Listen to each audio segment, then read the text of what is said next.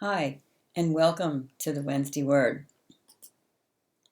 There was once a spider that built a beautiful web in an old house. He kept it clean and shiny so that flies would patronize it.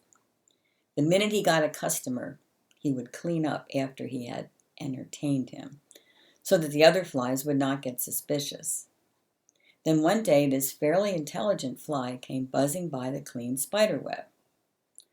Old Man Spider called out, "Come in and sit." But the fairly intelligent fly said, "No, sir. I don't see any other flies in your house, and I'm not going in alone." But presently he saw on the floor below a large crowd of flies dancing on a piece of brown paper. He was delighted. He was not afraid if lots of flies were doing it. So he came in for a landing.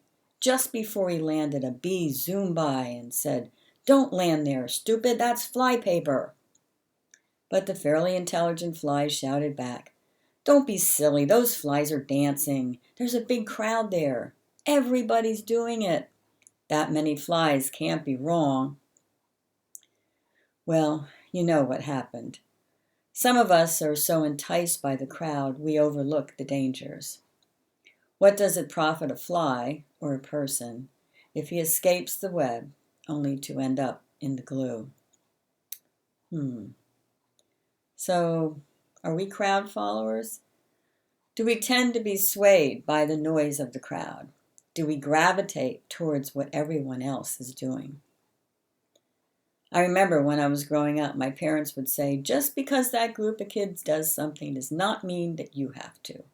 If they would all jump off a bridge, would you jump too?" Well, that seemed to get the point across. Of course I wasn't going to jump off a bridge, but what lengths would I go to follow the crowd, to fit in, to be one of the cool kids? Might I go down the wrong path just to be one of the gang? I imagine that is every parent's fear. Does this change when we get older? Well, we hope so. We are probably over the cool kid thing. But this life gives us many choices and many paths to follow. Sometimes picking the right one can be a challenge. This reminds me of the scripture from Matthew, chapter 7, verses 13 and 14, about the narrow gate. Now, the Message version, it says, "Don't look for shortcuts to God. The market is flooded with surefire, easygoing formulas for a successful life that can be practiced in your spare time. Don't fall for that stuff, even though crowds of people do it.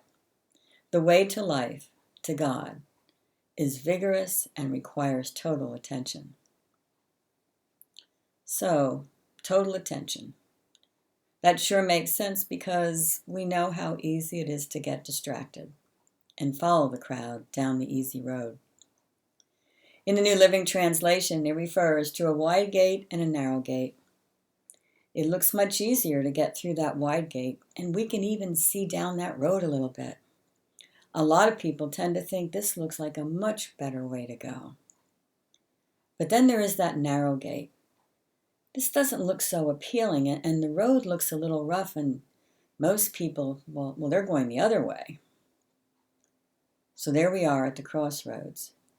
Do we go with the flow as they breeze through that fancy wide gate, or do we work our way through the very narrow one? Jesus says, "I am the way, the truth, and the life. No man comes to the Father but by me." When we choose to follow Jesus, the path may be a little difficult from a worldly perspective, but the end result will lead to life. When we put it that way, there really is only one choice. Who wouldn't choose life, right? So remember that fairly intelligent fly who followed the crowd and ended up in the glue. Have a great week. Try to stay unglued. Wait, no, that doesn't sound right.